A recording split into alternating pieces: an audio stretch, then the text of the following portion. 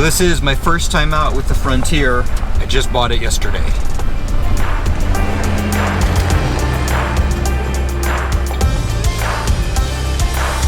I'm hoping to camp today down alongside a creek. I've got a few different spots where I think I might be able to find a spot. I'm up in an area I've never been to before. I decided to take a road that on the map looks like it follows right alongside a creek, and it's a good little trick to find little campsites down next to creeks or rivers. But I didn't pay close enough attention to the topography because, well, the creek is sort of right alongside the road. It's, I don't know, it's maybe 200 feet down an embankment, so I'm right on the side of a very, very steep mountain, and there's no way I'm going to find a campsite down along here. Well, that's all right. It's quite early in the day. I got a reasonably early start this morning, and I'm not that hugely far out of town. As you can see, I'm in Western Oregon. I didn't go up over the pass today.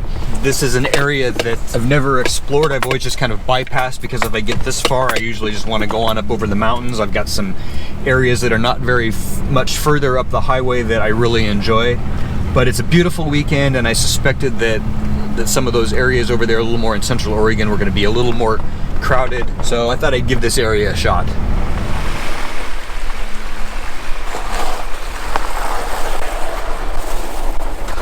I also did not expect I was going to gain this much elevation and get into snow. It's like 53 degrees up here, which means this snow is slushy and warm and slippery. It's my least favorite stuff to drive in. It's not like driving in cold snow. There's a difference in types of snow.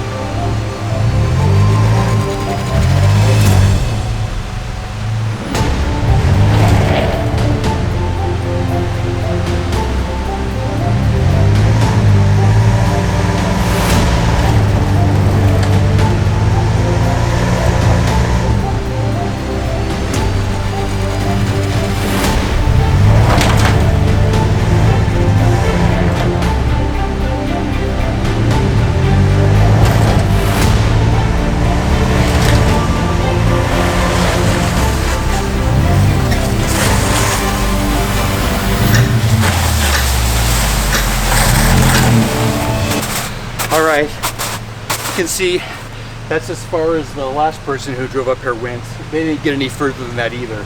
The stuff is fairly deep, and it is just like driving in marbles. It's definitely not worth me pushing on.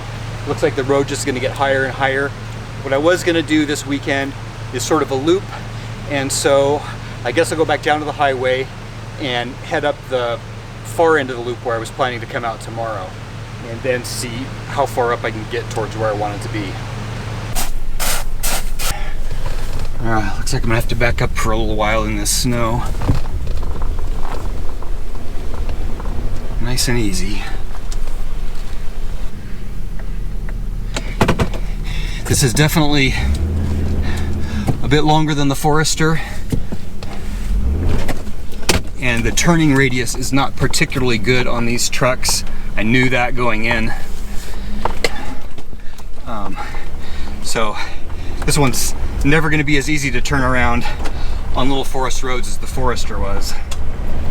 So this truck is equipped with a factory rear locker, I did not use it there to get back out of that snow. I figured I could probably wiggle my way out of it. That's another way this truck is different from the Forester. The Forester, it was just full-time all-wheel drive, and that was that. You didn't have any options or choices. The car just did what it did. Here, you can be in two-wheel drive, four-wheel high, four-wheel low, and engage the rear locker. So I'm probably going to have a little bit of a learning curve as I get used to driving a four-wheel drive, which I've never driven one before. This is literally the first time. And as I learn how this particular vehicle responds to various conditions.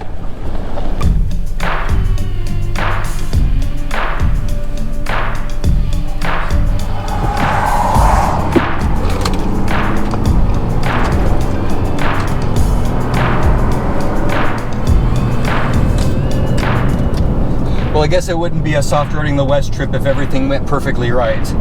Something had to go wrong. Hopefully that's it.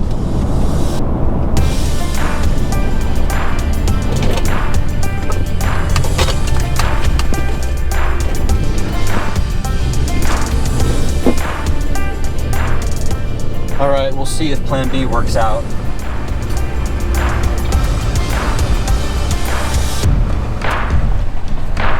All right, there's the big sort of huge rock formation that I was aiming for. I'm still gaining elevation, but hopefully I can get up there alongside of it.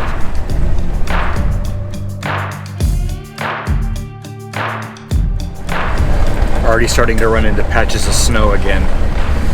I don't know. I may have to save this little excursion for later in the year.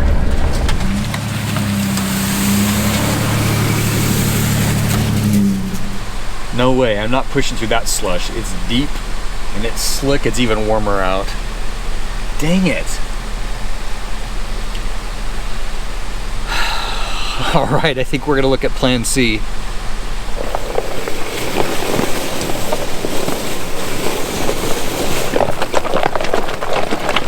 Well, this wasn't quite Plan C yet. This was sort of Plan B.2. I thought I'd explore this little spur. It's kind of a logging road that was coming up here, and I thought it might get me up to sort of a high point with a view of that rock formation, but the road is just becomes impossibly overgrown at this point.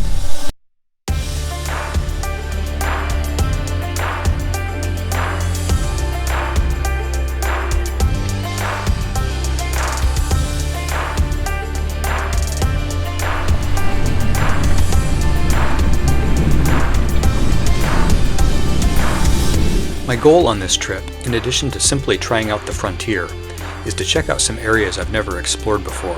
So while part of me wants to beeline for familiar territory where I know I can find campsites, I'm going to keep probing up more of these side roads and see if I get lucky.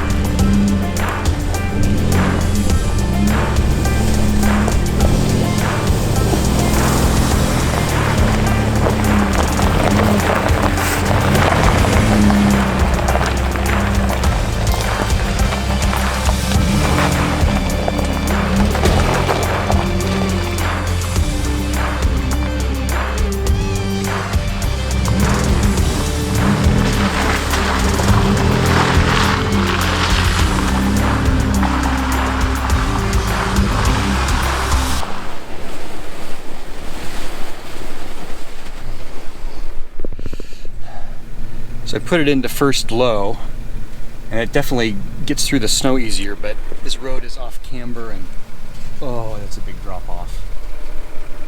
Probably clears up right around the corner there, but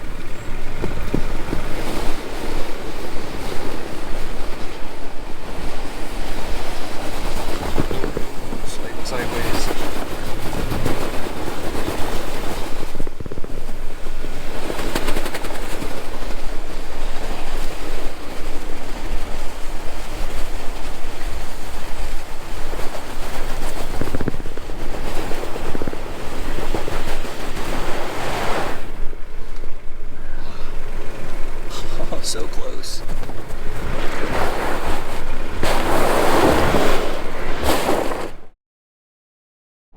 Okay, well, so plan A and plan B1, B2, B3, B4.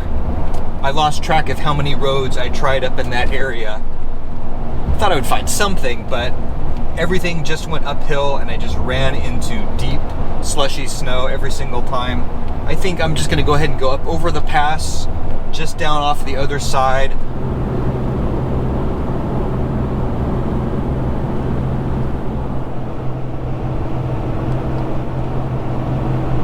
Well, just poking around down a random little Central Oregon dirt road on National Forest land. There was a couple little spots back there that were on a little creek that they were occupied. Plan C didn't quite work out, but I've got yet another idea that's not too far away.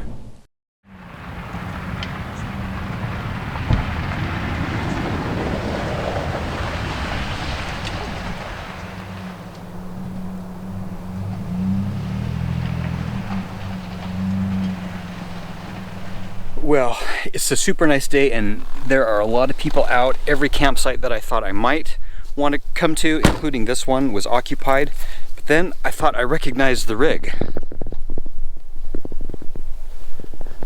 Hey! Hey! So this is Drea and Jason. They're friends of mine and they're actually Patreon supporters.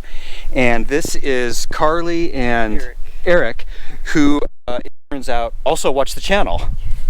So, given that there's no place to camp, I think I'm going to camp here tonight and hang out with these nice people. So this campsite is exactly where I camped about a year ago on my first sort of post-lockdown adventure.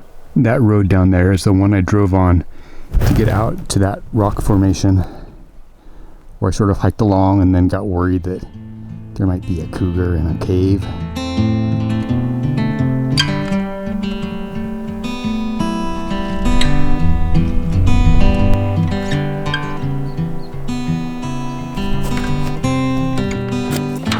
Frontier already had this backflip MX4 tonneau cover from the previous owner. I'll be going in another direction with the bed of this truck, but for now it's awesome to have this covered, lockable cargo space. So originally I wasn't even planning on camping this weekend. I had committed to take care of somebody's cat and I didn't expect to end up with a new vehicle. Turned out someone else was able to step in for me, for which I am very, very thankful. So this morning I had to quickly just grab stuff, throw it together. Unorganized, I'm sure I've forgotten something, but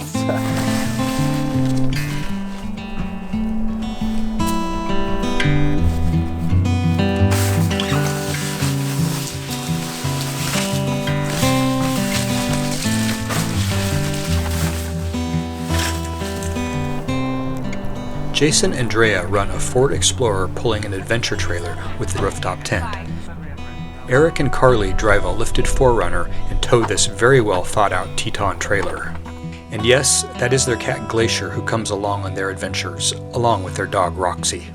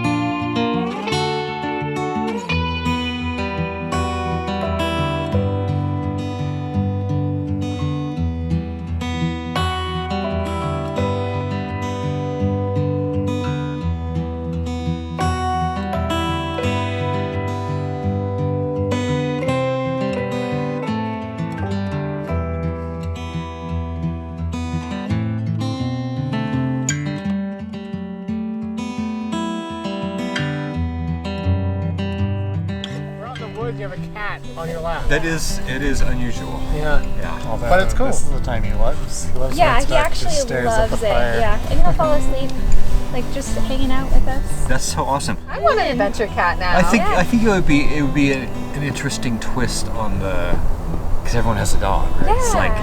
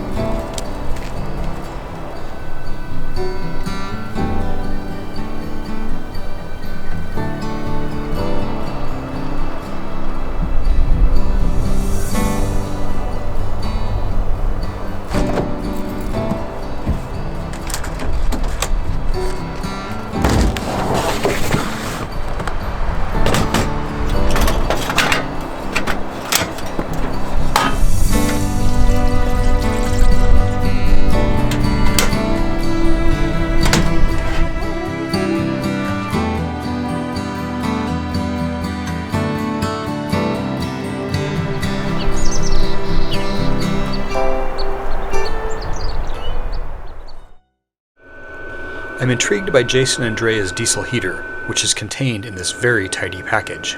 The company is Lolo Overland. This is the diesel tank, so it's a little over a gallon, probably a gallon and a half, I guess. This component here is the fuel pump. Okay. And just runs in here, and it's the combustion chamber right here. And you've been happy with how that's working out? Definitely. It is. It's a game changer. We like to winter camp and like to be comfortable. It's solid. We've had no problems with it. It's just pretty much plug and play. Diesel heaters do require a little electricity to power the ignition, fuel pump, and blower motor. Jason and Andrea power their heater with a Jackery 300. They carry a Jackery 240 as well. What do you use the 240 for?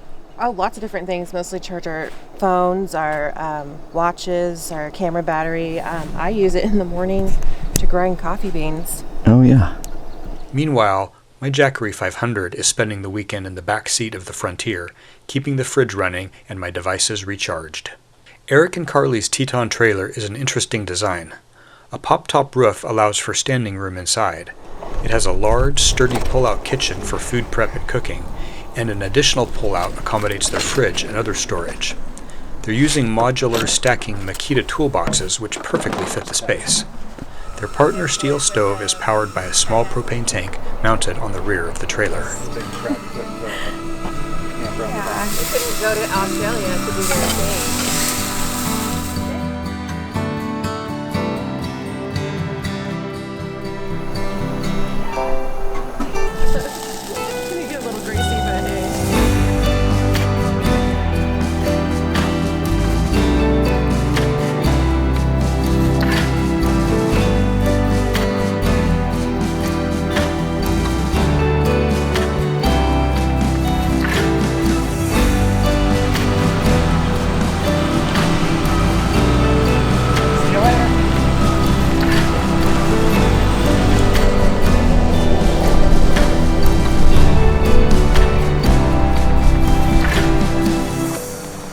Camps have been packed up, goodbyes have been said. Everyone is rolling out in different directions this morning, but we'll all be hitting the highway and heading home.